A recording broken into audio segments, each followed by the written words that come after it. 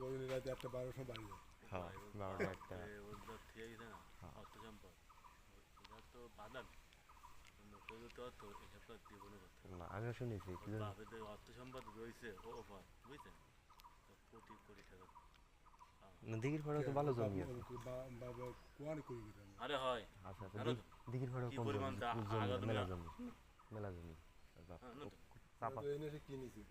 আরে কিনেছে না ওর বাপ নিজে রেখে গেছে রেখে গেছে ওই তো। প্রচুর জায়গা জমি ওই মানে ওভারতে চাপা লোক খালি জমি কিনতো ওভারতে মেলা জায়গা ওর অন্য কেউ বলে জীবনও ভাবতো না না তো কঠিন দিস। কোটি টাকার তো দাম আছে